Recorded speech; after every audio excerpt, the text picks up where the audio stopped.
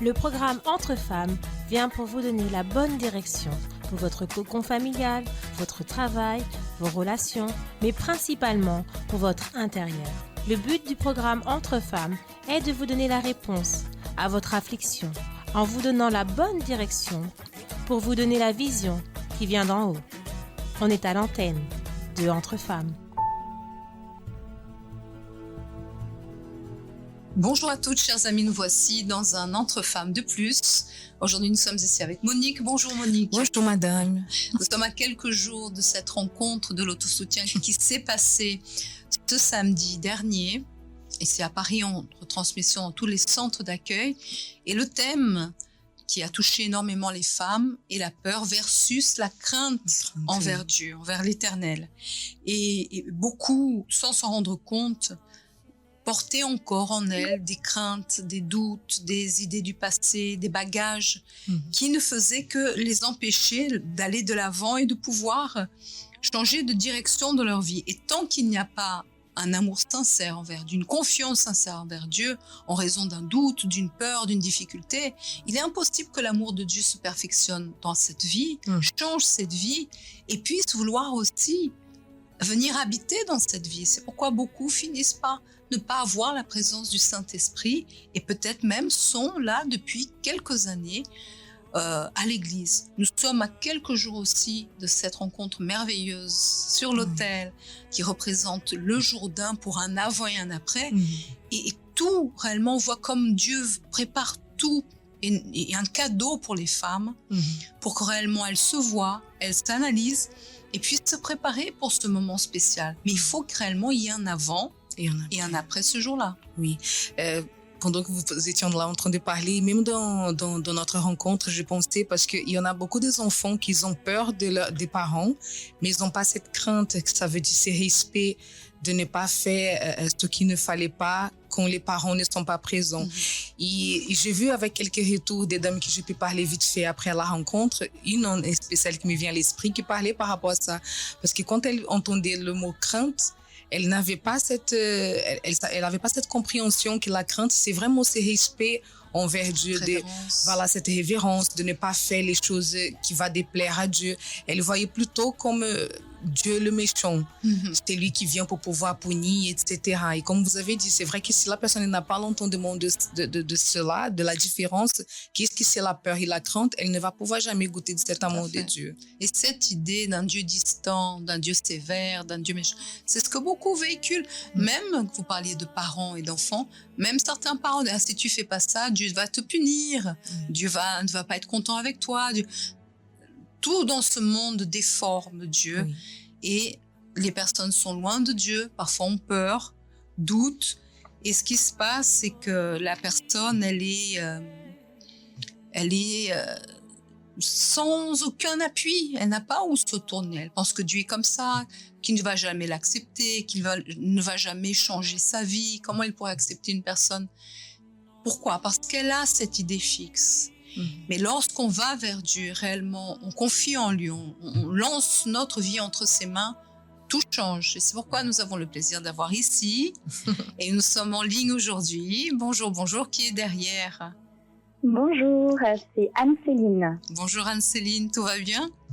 Très bien, et vous? Très bien. On avait le plaisir déjà de voir votre retour, votre témoignage ce dimanche dernier, dans chaque centre d'accueil. Et bien entendu, on profite parce que vous étiez là à la dernière rencontre, c'est ça, de l'autosoutien? Exactement, j'étais là et ça a été très édifiant. Ça m'a permis vraiment de comprendre plus sur le sentiment de peur, mais aussi que cette peur-là, elle disparaît, la peur qui est néfaste pour nous-mêmes disparaît quand on a la crainte envers Dieu. Envers Dieu. Vous avez aussi un parcours qui est marqué aussi de peur, de doute, depuis même avant que vous puissiez arriver au centre d'accueil. Racontez-nous un petit peu quel était cet avant et après, et même si vous avez déjà confronté toutes ces choses et vaincu, puisqu'aujourd'hui vous êtes une nouvelle personne, il y a toujours des choses à apprendre. quand on vient à la rencontre de l'autosoutien. Mais racontez-nous, parce qu'il y a peut-être des auditeurs, des auditrices qui n'ont pas su écouter votre témoignage. Et racontez-nous comment vous viviez dans cette situation. Parce que d'ailleurs, il y a même ce passage qui parle de la crainte, qui est le commencement de la sagesse. Et tous ceux qui observent cette crainte, ce désir de faire plaisir à Dieu, de savoir que Dieu est un Dieu présent, Dieu donne une raison qui est saine. Mais lorsque nous sommes dans cette peur irrationnelle, nous n'avons pas une raison saine. On vit j'imagine, et vous allez pouvoir nous l'expliquer bien mieux, dans le doute, dans l'insécurité, face aux choses qui arrivent, aux impositions d'autres personnes. Et ça, vous l'avez vécu, je crois, certainement dans votre vie sentimentale, avec un enfant aussi. Et j'imagine que vous étiez confuse, la raison n'était pas saine. Effectivement, en fait, j'étais dans cette peur, dans cette angoisse-là depuis mon enfance. Mes parents, à l'époque, quand j'étais enfant, se disputaient beaucoup, il y avait beaucoup de violence. Et j'ai grandi, en fait, avec cette peur.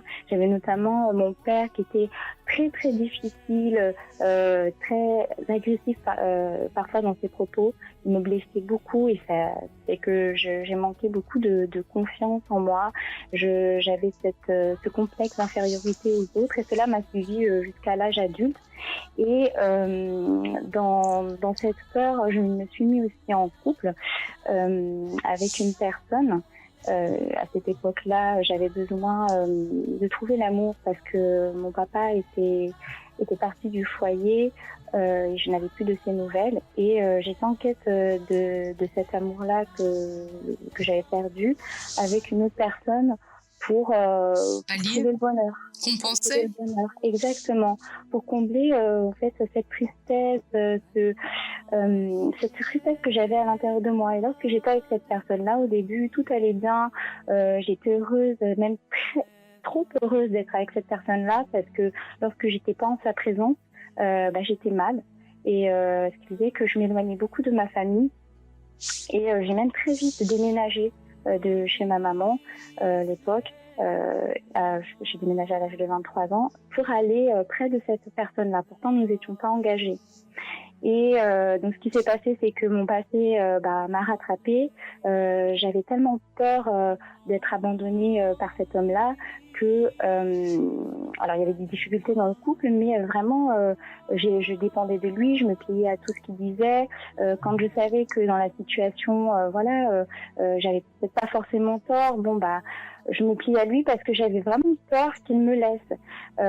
Sauf que la situation c'est compliqué parce que cet homme a commencé à consommer beaucoup d'alcool et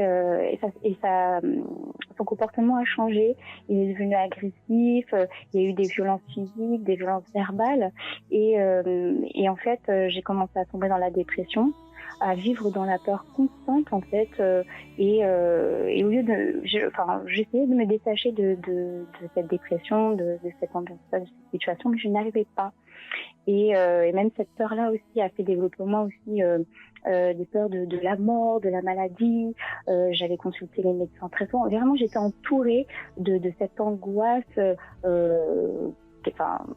très grande et j'arrivais pas à me détacher. Et vous avez vécu dans cette situation combien de temps? J'ai vécu pendant, je dirais, plus d'une dizaine d'années. Plus de 10 ans. Et de cette relation est venu un enfant. Peut-être que vous mettiez aussi, parce que parfois les personnes pensent, Monique aussi, que le fait de mettre un enfant au monde, ça peut ouvrir les yeux du conjoint et de le faire revenir à la raison. Ça arrive peut-être... Je ne sais pas si ça arrive aussi dans votre vie, cette pensée, ou c'est venu comme ça, la venue de cet enfant. Mais il y a beaucoup de personnes qui déjà le pensent. Oui, quelque chose qui n'était pas bien, ça devient pire parce que des fois, entre le couple, ça éloigne encore plus parce qu'un enfant, ça demande énormément. C'est une autre vie qui rentre dans la vie de ce couple qui va souffrir aussi. Mais c'est ça. Et ce qui est intéressant, quand elle parlait, ça m'a fait penser le verset qui parle que tout ce qui en a peur, c'est ce qui nous arrive. Et c'est exactement ce qui s'est passé dans son passé, c'est vraiment ce qui se reproduit dans sa vie quelques années plus tard. Votre maman, elle souffrait déjà beaucoup avec votre papa?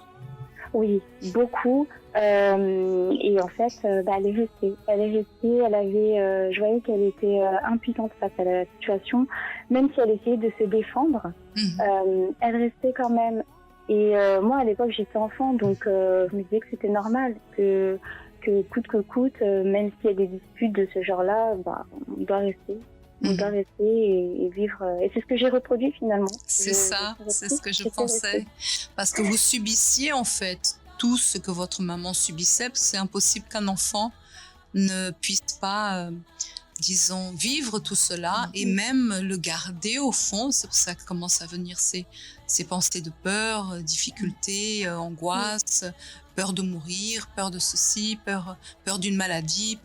La peur ne fait que se développer et de votre côté, vous êtes partie pour essayer d'être heureuse et vous avez mis toute votre espérance dans cette relation. Après est venu un enfant, mais c'est à peu près ce qu'on voit, c'est que en fait c'est une boule de neige parce que ce que vous vouliez aussi qu'il ne vive pas, il a fini certainement par le ressentir et par le vivre en grandissant. Exactement. C'est que quand il est arrivé, alors savoir que je désirais cet enfant, donc oui, pour changer la situation, mais aussi pour combler aussi, parce que je voyais bien qu'avec le père, ça n'allait pas, j'arrivais pas à me séparer, mais je me suis dit que cet enfant-là va peut-être me donner cet amour que j'attendais aussi du papa, que je n'avais pas. Il est arrivé, il m'a donné cet amour, mais en tant que maman, on a des responsabilités. Et ces responsabilités-là, c'était tellement dur pour moi de les assumer parce que je souffrais à l'intérieur de moi, j'étais triste, c'était très compliqué avec son papa, ça a même été pire qu'avant. Et son père a sombré aussi dans la consommation d'alcool.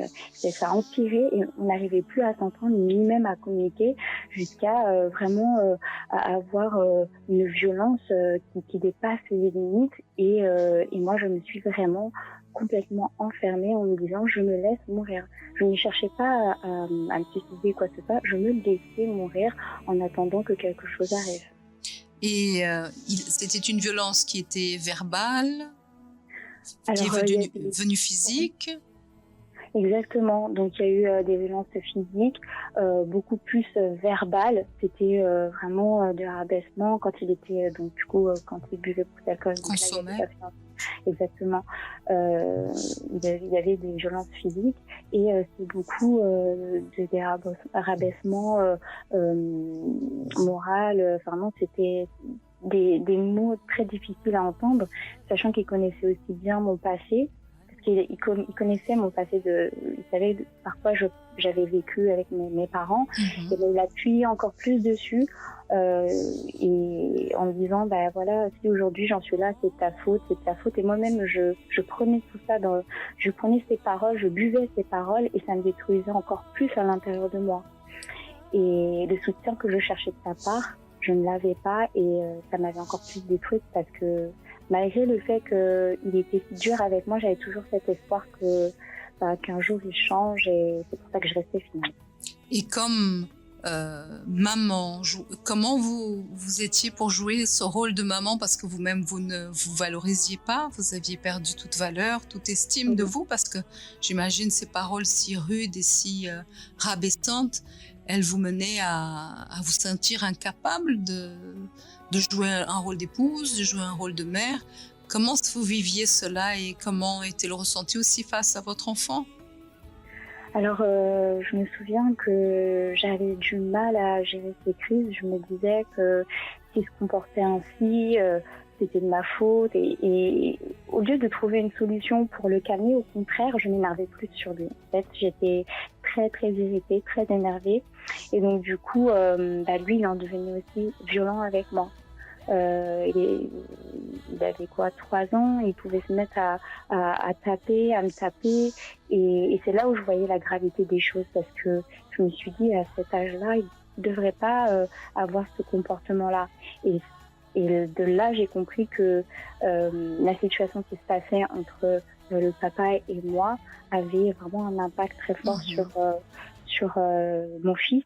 Et on va dire que ça m'a touchée, ça a un peu éveillé ma conscience en me disant là, il faut faire quelque chose.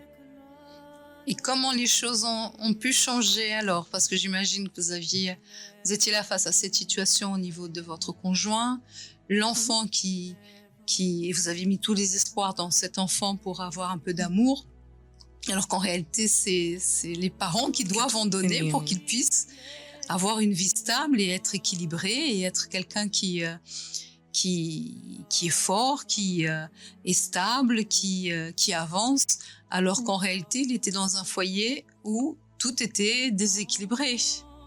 Et vous avez perdu toute espérance là de pouvoir recevoir de son côté. Et là, à un moment donné, réellement, vous avez pu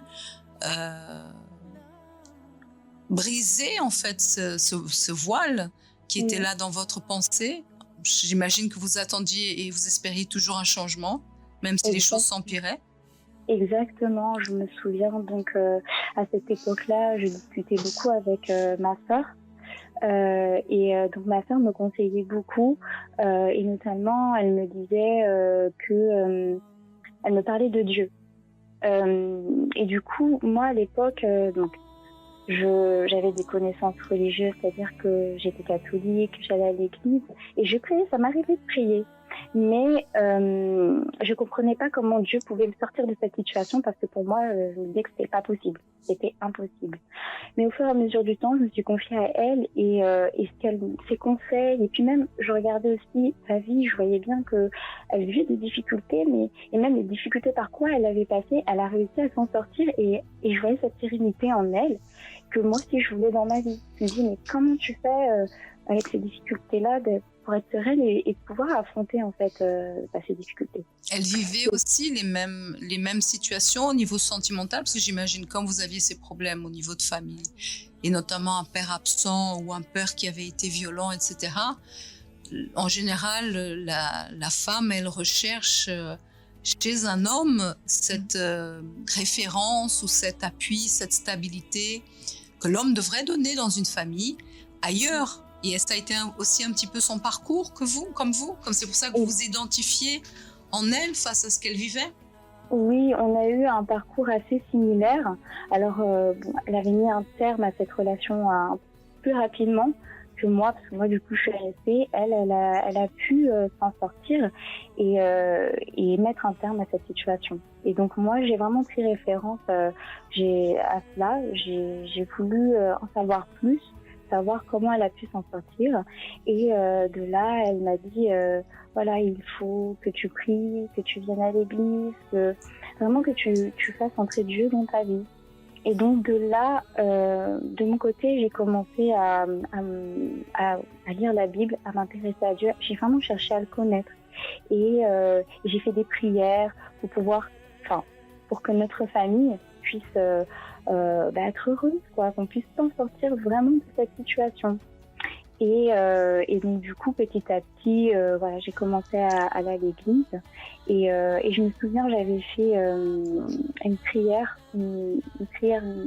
vraiment sincère envers Dieu. J'avais jamais fait une prière comme celle-ci. J'ai vraiment voulu croire que cette prière elle allait se réaliser. Et après cette prière-là, en fait, ce qui s'est passé, c'est qu'il y a eu une situation dans mon couple qui a fait que cette situation-là m'a permis de prendre une décision de me séparer. Parce que parfois, là vous aviez dit quelque chose d'intéressant et avant de continuer, et parfois la personne elle vient, Monique, elle vient déjà avec des idées fixes et type même ma sœur a été aidée et puis elle est reconstruite.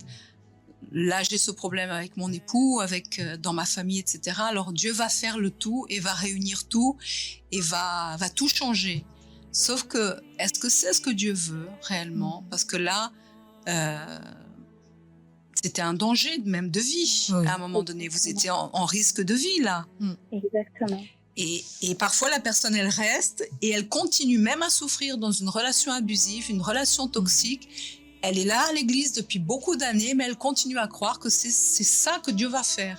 Alors que dans ce cas-là, vous avez dû prendre une décision drastique. Est-ce que vous ne vouliez pas, parce que votre idée c'était de reconstruire ce couple, Oui. mais vous avez dû vous séparer parce que vous étiez en danger. Et parfois la personne, elle stagne et elle souffre encore des conséquences parce qu'elle est butée dans cette pensée que Dieu va faire ce qu'elle veut. Ce qu'elle veut. Et tous les signes sont là pour que la personne elle puisse voir que c'est pas de la volonté de Dieu. Des années, la personne elle prie, cherche un changement des fois dans la personne, mais ça ne vient pas parce que, enfin, tous les signes sont là clairs pour que Dieu il fasse sa volonté, mais la personne elle est vraiment dans sa volonté, comment les choses elles doivent arriver, et peut-être c'est pas ça. Et là, vous avez cherché à savoir quelle était la volonté de Dieu, c'est cela. Parce que là, vous étiez vraiment fatigué, vous vouliez une réponse. Exactement, j'étais au bout du bout, c'était vraiment une prière. Qu'est-ce que je dois faire?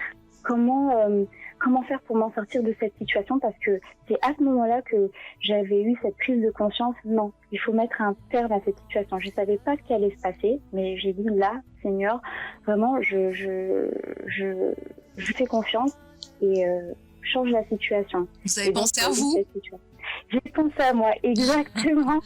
C'est vrai. Vous avez pensé à vous parce que beaucoup pourraient penser, ah mais l'enfant, comment il va grandir sans père? Comment il va... Mais dans la situation où il était, c'était même en danger pour sa propre stabilité et sa propre vie. Oui. Mais oui, et c'était aussi même... Enfin, c'était en danger vraiment pour tout le monde, que ce soit moi, son père, lui. Et vraiment, j'avais vu ma famille se détruire par rapport à cela. Et finalement, j'avais pris conscience, je me disais, non, là, je continue ainsi, ça va être 2 fois pire. Et puis, notre famille, elle sera déconstruite. Et donc j'ai vraiment voulu changer cette situation, et de là il y a eu séparation, et c'est à partir de cette séparation-là que je me suis engagée avec Dieu. Alors attendez, Vraiment. parce que c'est très rapide. Oui. Parce que là, vous avez dit vraiment que la volonté de Dieu se fasse. Vous avez commencé à mettre votre confiance en Dieu. Maintenant, juste une petite chose. Comment ça s'est passé? Parce que vous êtes séparés, mais peut-être ça n'a pas été si facile que ça. Alors non, pas du tout, ça n'a pas été facile, parce que du coup, ce qui s'est passé, c'est que je suis retournée chez ma maman. J'ai quitté le foyer familial à cette époque-là. Donc, comment il a pris votre conjoint? Alors, c'était très difficile pour lui, très très difficile. Il a même réagi de manière violente. J'ai dû porter plainte, quoi. J'ai dû porter plainte, me mettre en sécurité. Alors, c'est la première chose, c'est me mettre en sécurité et aussi donc veiller à la sécurité de mon enfant. Après, de ce côté-là, il n'y avait pas eu de souci parce que bon, il était pas violent avec mon enfant. Donc du coup, j'avais confiance par rapport à ça, mais c'était vraiment par rapport à moi.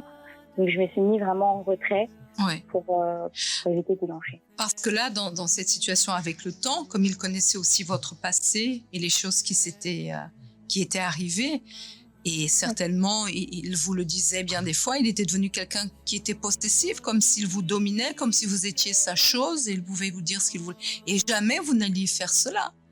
Et avant, sans Dieu, vous n'auriez jamais le courage de prendre cette décision drastique parce que vous étiez enveloppé par cette peur. C'était une relation, j'imagine, de peur.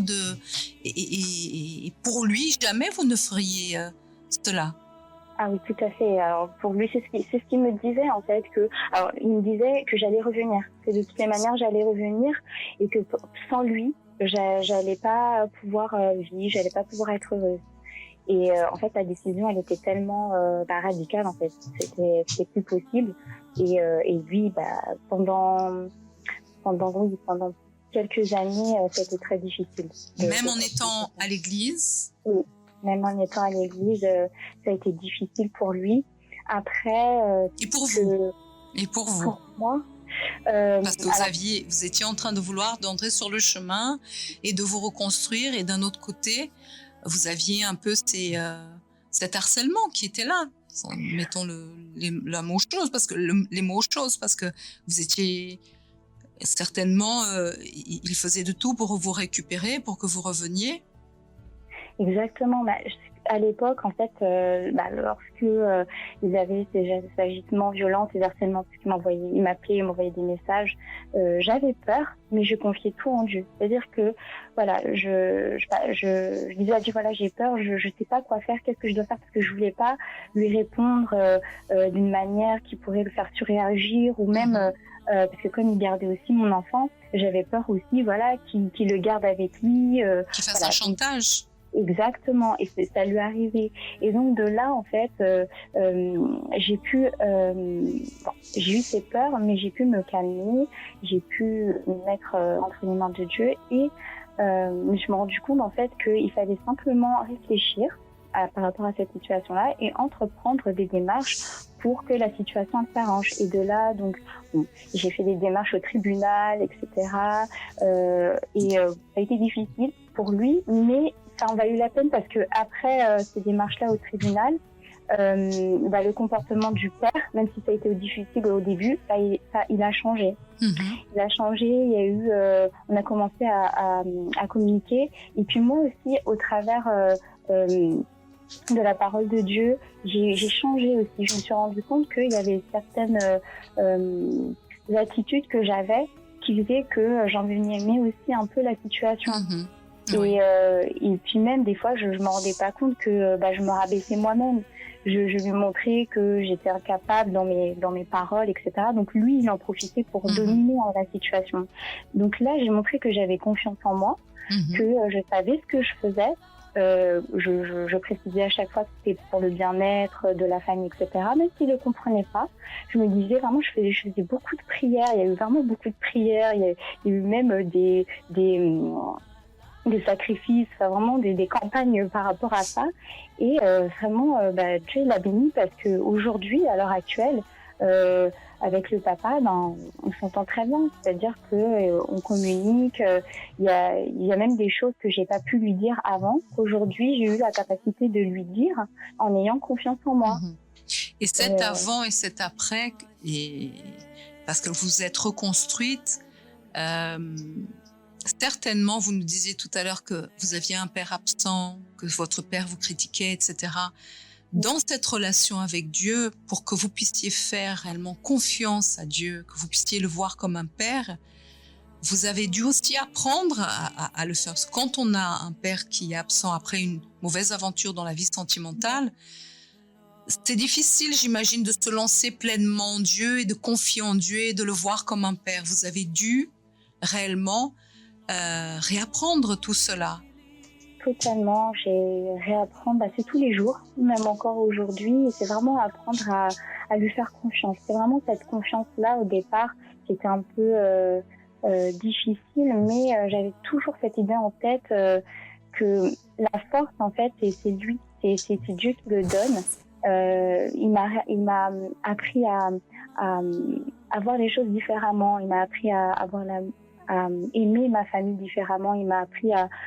Moi, ce que je retiens le plus, c'est qu'il m'a appris à me regarder moi-même. À vous valoriser. À me valoriser, c'est-à-dire à me regarder avec un autre regard. Avec un autre regard, sans me dévaloriser. Parce que c'est ce que je faisais à chaque fois et ce qui faisait que j'avais tout le temps ce manque de confiance-là.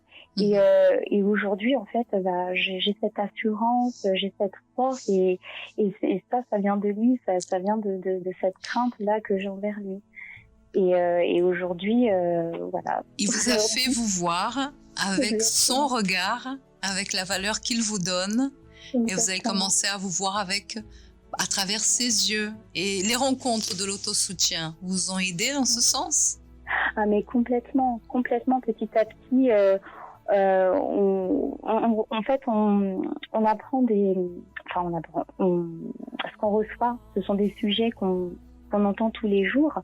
Mais là, comme par exemple la peur, c'est vrai que quand je suis allée à l'autosoutien, je me suis dit, la peur, je sais, j'ai déjà vécu dans la peur. Aujourd'hui, ça va aller, j'ai Dieu avec moi pour pour lutter contre cette peur-là, mais j'ai appris d'autres choses. J'ai vraiment, ça m'a permis d'éclaircir un peu sur ce sujet-là, que voilà, il y a certaines peurs. Voilà, la peur, elle est là, c'est humain. Il y a des peurs qui sont néfastes pour nous-mêmes, et ces peurs-là, donc du coup, on doit en faire part à Dieu pour qu'il nous aide à surmonter et surtout de ne pas être guidé par ces peurs-là. Il y a aussi des peurs aussi qui sont normales, qui sont là pour nous éviter de prendre de mauvaises décisions. Et Dieu nous aide à voir cela et à ne pas à être juste dans nos choix, à être juste dans nos attitudes et à éviter le pire. Et nous sommes à quelques jours de cette rencontre si spéciale au niveau de cette rencontre sur l'autel et ce désir d'un avant et un après pour se livrer, pour se donner, pour vraiment changer. Et là, vous avez aussi décidé dans ce sens de vous livrer à lui et il vous a donné le plus beau cadeau, j'imagine, qui est son esprit. Et aujourd'hui, vous êtes remplis de la présence du Saint-Esprit et c'est ce que Dieu veut faire dans cette rencontre.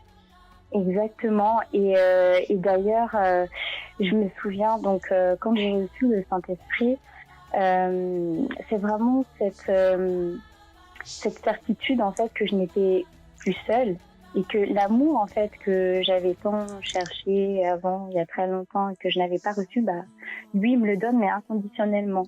En fait, c'est pas, ça part pas, c'est pas éphémère, mais c'est un amour sincère, c'est un amour précieux et vraiment, on s'en détache pas et on le vit chaque jour.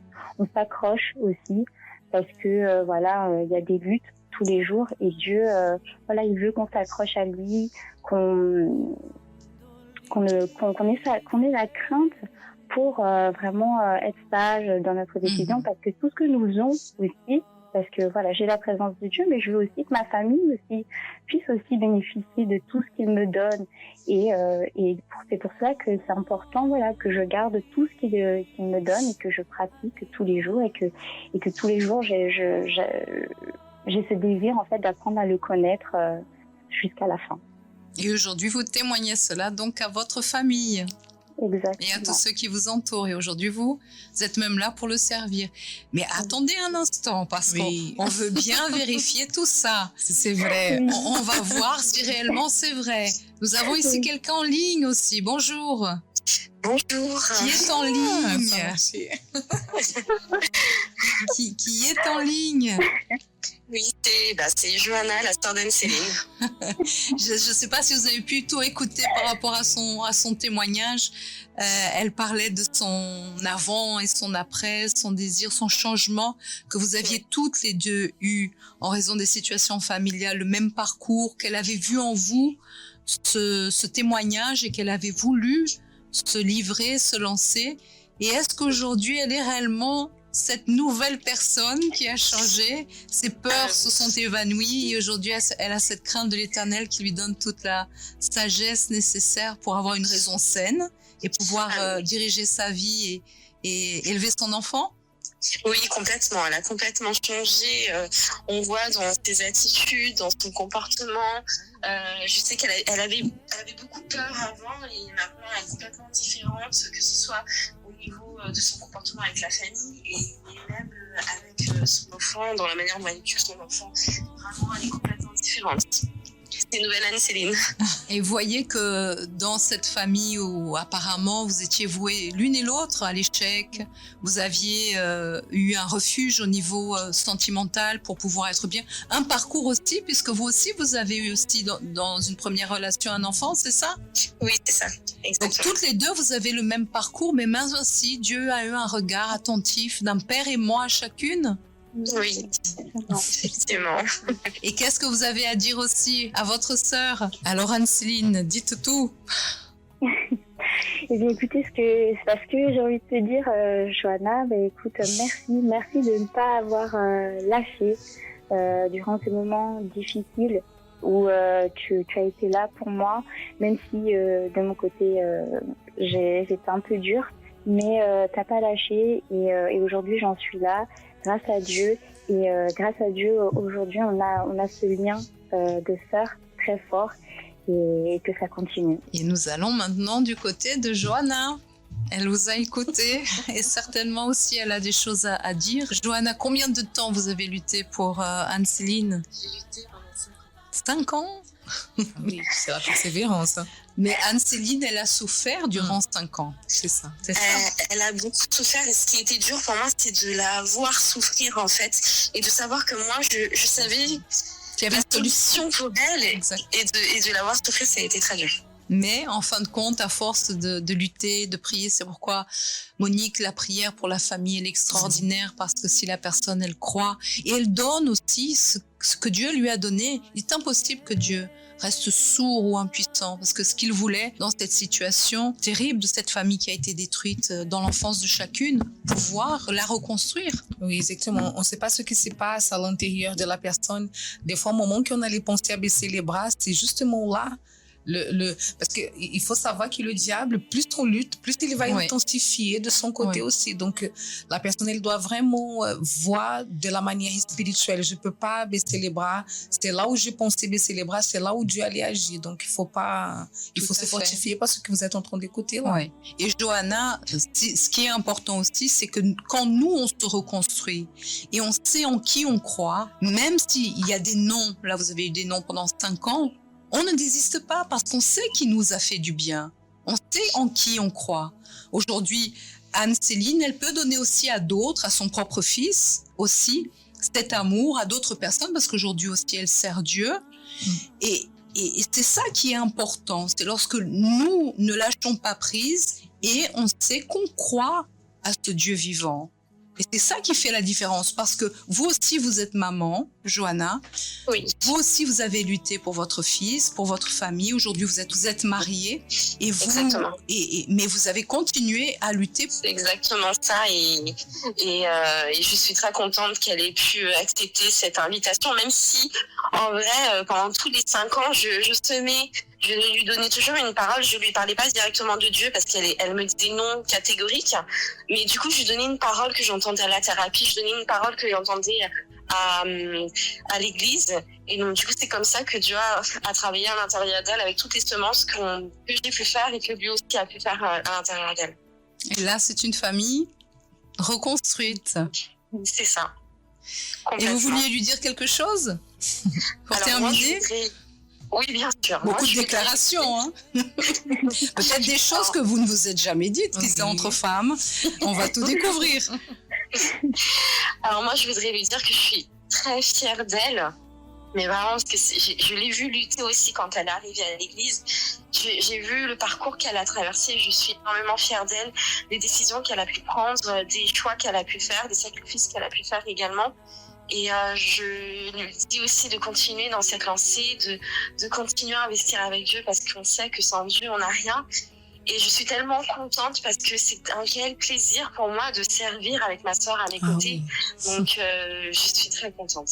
Et non seulement avec votre sœur, votre époux, exactement. Votre enfant, vos enfants, puisque vous êtes à nouveau maman, vos enfants, puisque le petit aussi, Anne-Céline, est aussi dans la présence de Dieu. Exactement. Et je détermine qu'il y aura encore plus de notre famille avec nous. Très bien. À travers le témoignage, tout est possible. Et vous aussi, vous allez régulièrement aux rencontres de l'autosoutien pour rebondir sur les retours? Ah oui, je vais régulièrement à la réunion de l'autosoutien et celle-là a été très forte d'ailleurs. Ça vous a aidé aussi parce que vous êtes dans ce processus, parce qu'on est toujours, vous voyez, Dieu nous donne des bénédictions, mais on est toujours en train de pouvoir réellement l'écouter comme un père. Et parfois, il y a des situations qui nous mettent dans un doute, dans une difficulté. Mais lorsque nous avons la crainte de l'Éternel, ce respect, cette révérence, il nous donne la sagesse pour lutter, pour vaincre, pour réagir, pour vivre, pour élever les enfants, pour être cette épouse, pour être cette servante et croire en toutes choses. Exactement. Très bien. Et Anne-Céline, pour terminer, qu'est-ce que vous avez à dire à toutes ces femmes qui écoutent? Elles vous ont écouté. On a eu le plaisir aussi et la grande surprise d'avoir votre sœur aussi, Johanna, en même temps. Eh bien, écoutez, ce que je peux dire, c'est que Dieu est la solution. Des fois, on cherche tant de solutions, des conseils de part et d'autre, mais c'est en Dieu qu'on trouve la solution. Les instructions, les enseignements pour pouvoir se sortir en fait de la prison, n'importe quelle prison, ça peut être la peur, ça peut être de la haine, un sentiment qui est là depuis tant d'années. Eh bien lui, c'est lui qui est capable de nous délivrer de cela. Et si on croit en lui, si on lui fait confiance, et tout va aller bien. Et c'est pas un Dieu qui est distant, comme quelqu'un qui est comme beaucoup on parle et comme beaucoup voient Dieu, un Dieu distant, un Dieu qui est méchant, Monique. Mais c'est un Dieu qui est présent, qui est là pour aider. On voit cette reconstruction dans la famille, on voit ô combien elles se sont vues dans les situations et ont transformé cette peur que chacune avait de l'avenir, parce que j'imagine dans cette situation-là, elles ont espéré se mettre en couple pour être heureuses et tout s'est complètement renversé. Et quand réellement la personne elle découvre qu'il y a un Dieu, qui est un Père et qui a besoin qu'on confie en lui. Et cette révérence, eh bien, c'est le commencement de la sagesse, c'est ce que dit Proverbe 9-10, le verset qui a conduit la dernière rencontre. Le commencement de la sagesse, c'est la crainte de l'Éternel et la science des saints, de ceux qui se séparent de ce monde, séparent des souffrances, séparent des difficultés, c'est l'intelligence. Et Dieu nous concède toute cette sagesse, cette intelligence, lorsque réellement nous faisons de lui le premier. Oui, il faut savoir aussi qu'on va dire entre guillemets les interdits que Dieu il nous donne, c'est vraiment pour notre bien, pour nous protéger, père, pour nous protéger exactement. Donc pas voir ça, je parle notamment parce qu'il y a tellement de jeunes qui par exemple ils ont peur de donner leur vie à Dieu, ils se posent mille et une questions, qu'est-ce que ma vie elle va devenir après, si je laisse ceci, si je laisse cela, mais il faut savoir que tous les interdits, je dis bien entre grandes guillemets là, que Dieu nous donne, c'est vraiment pour pouvoir nous protéger, c'est vraiment pour notre bien.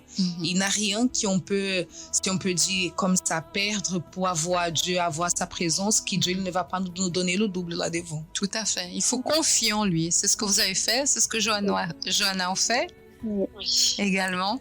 Et c'est ça, c'est quand même confier en l'Éternel et pratiquer ce qui est bien, ce qui est juste. Vous avez, durant des années, vu ce qui n'était pas bon, parce que on n'est pas là pour jeter la pierre. Et quand le mal est là, il aveugle l'entendement, il referme l'entendement. Mais lorsqu'on fait de Dieu nos délices, le premier, eh bien, il nous donne tout ce que notre cœur désire. Johanna en est la preuve. Anne-Céline en est la preuve aussi, c'est bien ça? Oui, totalement. Totalement, quand on le place en premier, quand on fait de lui notre Père, on a tout à gagner, on n'a rien à perdre. Et là, vous avez retrouvé un père, toutes les deux. Oui, exactement. Très bien. Ben, écoutez, nous sommes aux portes de ce jeûne de Daniel qui commence ce mercredi. Et vous serez à quelle adresse, Anne-Céline? Alors, je serai donc au 27-29 Yuri Gagarin à Villejuif. À Villejuif. Et vous, Johanna, vous serez? Alors, je serai au 55 rue de Strasbourg, à Saint-Denis. Très bien. Et nous serons au 254 rue du Faubourg Saint-Martin à Paris 10e. Métro ligne 5, 7 bis, ligne 2. Et les stations 2 et 5, c'est Stalingrad, 7 bis et ligne 7, c'est Louis Blanc. Très bien. On a les bus aussi, le bus 54 Jaurès aussi. Oui, Jaurès aussi, j'avais oublié, pour la ligne 5 et 2. Il y avait beaucoup d'émotions aujourd'hui, c'est pour ça. Dans cet entre-femmes, mais réellement, c'était entre femmes, entre sœurs. Exactement. Et Dieu a pu honorer. Et nous sommes, comme vous le savez, mesdames, et Anne-Céline et Johanna, et vous aussi, Monique, aux portes. Nous avons débuté ce mercredi le jeûne de Daniel pour renforcer encore. On a beaucoup de surprises dans ce dernier mois de l'année pour être plus proche de Dieu. Et comme chacune on fait, mesdames et messieurs qui nous écoutent, nous pouvons aussi, si nous nous lançons et nous faisons de l'Éternel nos délices, le premier, celui qui réellement va diriger notre vie, on confie en lui, on pratique ce qui est bon, ce qui est correct, parce que chacune qui, vous avez écouté leur retour, elles auraient pu continuer à pratiquer ce qui est mauvais. Johanna a lutté pour sa sœur Anne-Céline, durant 5 ans, elle a résisté, elle a souffert, et elle a vu sa sœur aussi. Elle aurait pu dire non, je laisse tomber, je ne vais plus lutter. Elle a continué à faire le bien. Et lorsqu'on continue à faire le bien, on confie en Dieu, on fait de l'Éternel de nos délices, eh bien, il nous donne ce que notre cœur désire. Et ce que nous devons désirer avant tout, c'est le Saint-Esprit. Parce que sans lui, nous ne sommes absolument rien. Oui. C'est bien ça, mesdames? Exactement, c'est tout à fait ça. Écoutez, on aimerait rester ici des heures avec vous en train de parler de ce témoignage, mais nous sommes bientôt aux portes de Cergy en direct. Certainement, on aura le plaisir de vous avoir ici, dans nos plateaux, pour d'autres témoignages de la famille qui est restaurée, qui est touchée, c'est une certitude. Mais nous vous souhaitons une excellente journée. Merci. Que Dieu vous bénisse et continuez dans cette foi. Que Dieu vous bénisse à toutes. Merci Monique encore pour Merci être à vous, ici. madame. Ah, mais nous allions... Non, nous n'allions pas oublier. Qu'est-ce qui se passe le mardi? Le mardi à 20h, hein, les filles. Qu'est-ce qui se passe le mardi à 20h? La connexion fan. Très bien. Et bon, comme nous sommes aussi aux portes du jeûne de Daniel, on va avoir un thème très spécial qui, c'est le thème, c'est « J'ai pensé l'avoir reçu, 3 points, que faire ?» Parce qu'il y en a beaucoup qui des fois pensent avoir reçu le Saint-Esprit. Après, ils se rendent compte par les fruits qui n'étaient pas présents que c'était pas le cas. Tout à Donc, fait. quoi faire? Donc, connectez-vous. Connectez-vous.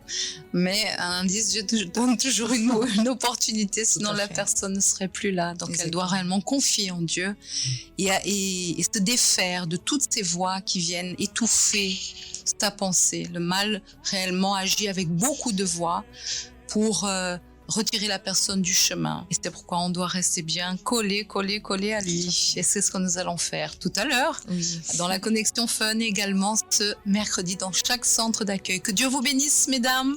À très bientôt. Merci. À bientôt. Et Dieu bénisse toutes celles qui nous ont écoutés avec cette surprise de cet échange entre sœurs et ce témoignage aussi de fidélité, de persévérance. Monique, que Dieu vous bénisse. Merci, madame, vous et à aussi. très bientôt. Au revoir. Au revoir.